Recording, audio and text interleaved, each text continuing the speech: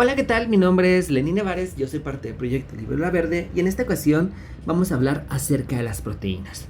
Ya estuvimos hablando de los aminoácidos, de los péptidos, del dogma central de la biología molecular y pues el día de hoy vamos a hablar acerca de estas estructuras súper importantes para nuestro cuerpo que son las proteínas. Bueno, para empezar, una proteína es una molécula muy importante para nuestro cuerpo. Imagínense que es como un ladrillo que construye y mantiene diferentes partes de nuestro organismo. Está formado por un montón de piezas que nosotros ya conocemos, que son llamadas aminoácidos, que se unen como un collar de cuerdas para formar una proteína muy compleja. Cada proteína pues tiene una forma y una función específica. Algunas proteínas ayudan al cuerpo a crecer, a desarrollarse, mientras que otras nos ayudan a mantenernos fuertes y saludables. Por ejemplo, las proteínas pueden formar parte de nuestros músculos, de nuestros huesos, cabellos e inclusive de nuestras uñas. Pero también son importantes para que nuestro cuerpo pueda realizar muchas funciones como el transporte del oxígeno, digerir algunos alimentos e inclusive combatir las enfermedades. En resumen, pues las proteínas son como los ladrillos que constituyen y mantienen nuestro cuerpo en condiciones pues correctas. Y están hechos de aminoácidos y desempeñan muchas funciones vitales para nuestra salud y el funcionamiento adecuado de todo nuestro sistema. Bueno, las proteínas tienen muchas funciones. De las más importantes pues tenemos la catálisis, la estructura, el movimiento, la defensa, la regulación, el transporte, el almacenamiento y la respuesta hacia las agresiones. Y me voy a ir unos por unos para poder comprender cómo funcionan las proteínas dentro de nuestro cuerpo. Por ejemplo, hablando de la catálisis, pues la catálisis en una proteína es como tener un superhéroe dentro de nuestro cuerpo que acelera todas las reacciones químicas. Imagínate que tienes un rompecabezas muy complicado y tardas mucho tiempo en armarlo. Ahora, imagínate que tienes a un amigo muy hábil y muy rápido ayudándote. Esa persona sería como un catalizador. Entonces, en las proteínas, los catalizadores son sustancias especiales llamadas enzimas. Esas enzimas tienen la capacidad de acelerar las reacciones químicas que ocurren en nuestro cuerpo. Y hacen esto bajando la barrera que normalmente impide que las reacciones sucedan rápidamente. Cuando una enzima se encuentra con una sustancia que nosotros vamos a denominar como sustrato, voy a poner aquí, sustrato, bueno, pues este sustrato se va a unir a la enzima como si fueran dos piezas de rompecabezas, que pues obviamente van a encajar perfectamente, porque la enzima pues tiene la forma ideal de mi sustrato. Entonces encajan perfectamente. A esta zona donde el sustrato se une a la enzima se llama sitio activo. Bueno, una vez que el sustrato está en el sitio activo, la enzima lo modifica cambiando los enlaces químicos que lo van a componer. Esto permite que la reacción química ocurra más rápidamente de lo que sucedería sin la enzima. Entonces la enzima es como un superhéroe. No se consume la reacción, pero sí va a modificar lo que es el sustrato y lo va a convertir en un producto, ¿sí? Bueno, después de que ha hecho esta enzima su trabajo, pues se separa este producto final y esta enzima está lista para ayudar en otra reacción. En resumen, la catálisis en una proteína a través de las enzimas es como tener un superhéroe químico que acelera las reacciones químicas dentro de nuestro cuerpo, al unirse pues estas sustancias que llaman sustrato y las modifica para que pues ocurran o reaccionen muchísimo más rápido. Bueno, hablando con el término de estructura de las proteínas, pues la función de estructura en una proteína es realmente importante porque determina su forma y a su vez su función biológica. La forma tridimensional de una proteína pues está determinada por la secuencia específica de los aminoácidos y las interacciones químicas entre ellas. Cuando una proteína adopta su estructura tridimensional, pues es capaz de realizar muchas funciones, y una de ellas es de estructura. Por ejemplo, el colágeno, la fibroína, la elastina, pues nos permiten tener una estructura celular adecuada. Entonces, pues prácticamente las proteínas ayudan a que las células puedan tener un soporte y una estabilidad adecuada, ¿sí? Entonces, pues prácticamente la proteína es la clave para que la célula funcione correctamente y es el esqueleto que le da la forma y la estructura a esta célula. ¿Ok? Bueno, entonces el plegamiento de los aminoácidos para formar esta estructura tridimensional de las proteínas pues permite tener diferentes formas que la célula va a aprovechar para tener una estructura correcta. Hablando con respecto al movimiento, pues las proteínas permiten interactuar con otras moléculas y desempeñar su papel en el organismo.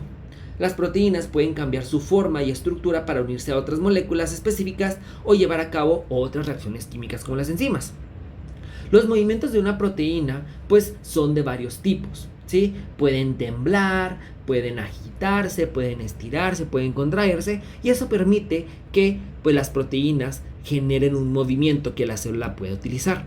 Por ejemplo, la actina y la tubulina pues son algunas proteínas que se utilizan dentro de las células de los músculos para que estos se puedan mover y tener elasticidad.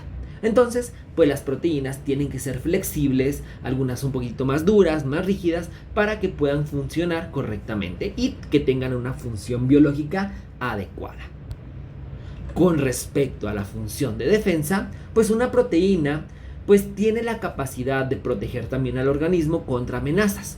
Por ejemplo, contra bacterias, contra los virus o contra otras sustancias dañinas. Imagina que las proteínas son como los soldados del cuerpo humano. Su trabajo pues va a ser detectar y combatir cualquier cosa que pueda causar enfermedades o dañar nuestras células. La función de defensa de una proteína implica diferentes mecanismos que le permite realizar su labor protectora. Una forma en que las proteínas pueden actuar en defensa es mediante la identificación y eliminación de invasores, que pues obviamente pueden unirse a bacterias o a virus y desactivarlos o marcarlos para su destrucción por parte del sistema inmunológico. Además, pues las proteínas de defensa pueden tener una capacidad de estimular la respuesta inmunológica. Pueden actuar como señales para alertar al sistema inmunológico de la respuesta de un invasor y desencadenar una respuesta inmune muchísimo más fuerte. ¿Ok? En resumen, pues las proteínas tienen una función de defensa porque pueden reconocer y atacar a ciertos patógenos. Otra forma de defensa es de que, por ejemplo, la queratina, el fibrinógeno y la trombina pues pueden ayudar a defendernos para que se formen algunos coágulos o barreras para que no puedan entrar otros patógenos o evitar que la sangre salga de nuestro organismo. Y obviamente todo esto es de defensa. Cuando hablamos de regulación, pues vamos a ver que algunas proteínas pues tienen la capacidad para controlar y ajustar las actividades de una célula o un organismo en respuesta a diferentes señales o condiciones. Las proteínas reguladoras actúan como interruptores o reguladores que pueden encender o apagar diferentes procesos celulares. Imagínate que tienes una lámpara en tu habitación y quieres ajustar el brillo según la luz ambiental. Puedes usar un regulador de intensidad para aumentar o disminuir la cantidad de luz emitida por una lámpara. Y en este caso, pues la proteína reguladora sería como ese regulador de intensidad para la célula y el organismo. ¿Ok? Las proteínas reguladoras pues pueden tener diferentes funciones. Algunas, por ejemplo, se unen al ADN y controlan la expresión de algunos genes, permitiendo que ciertos genes se activen o desactiven en respuesta a señales específicas. O por ejemplo, otras proteínas reguladoras pueden unirse a otras proteínas y modificar su actividad, alterando así los procesos celulares en los que esas proteínas están involucradas. Por ejemplo, pueden hacer que una proteína, una enzima, actúe más rápido o más lento dependiendo de lo que necesite la célula. Bueno, en resumen, pues las proteínas reguladoras son como los interruptores o reguladores que ajustan las actividades celulares en respuesta a señales o condiciones específicas, asegurando obviamente que los procesos dentro de la célula se mantengan equilibrados y obviamente coordinados.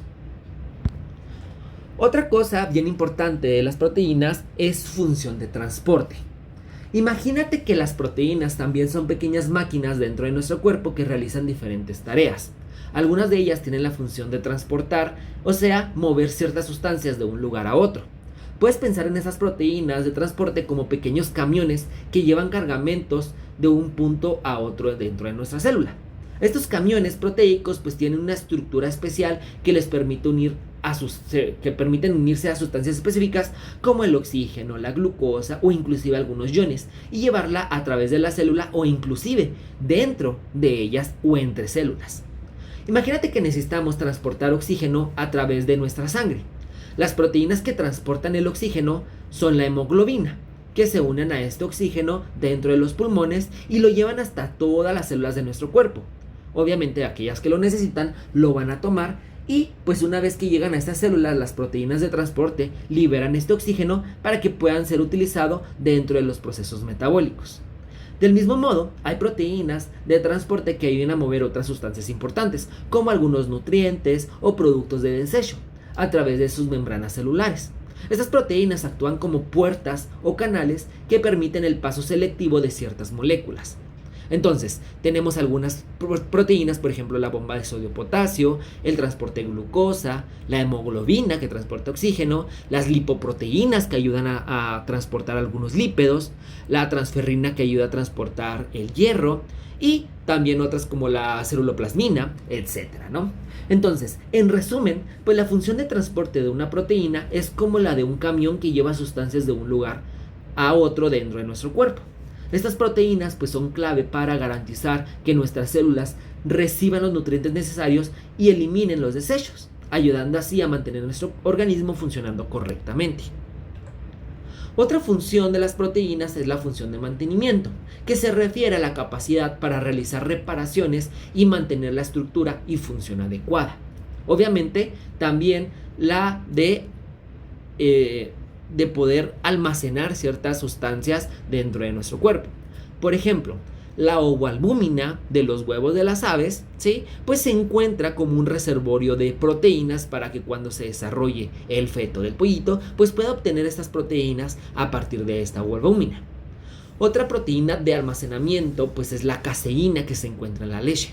Cuando nosotros somos recién nacidos, pues tenemos que tener una alimentación rica en proteína. Y no nos podemos comer un chuletón ni un batido de proteína. Tenemos que obtener las proteínas a partir de la leche de nuestras madres. Y la leche tiene mucha cantidad de caseína, que es esta cantidad de proteína que los recién nacidos requieren.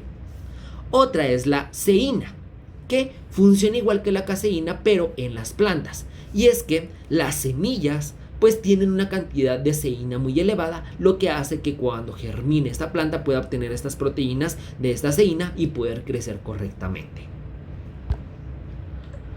Otra de función de las proteínas es la respuesta al estrés.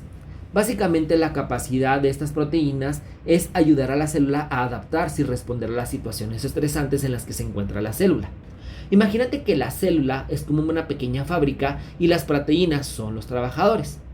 Cuando una célula se encuentra bajo estrés debido a factores de calor extremo, falta de oxígeno o incluso en cambios del ambiente, pues las proteínas encargadas de la respuesta al estrés entran en acción.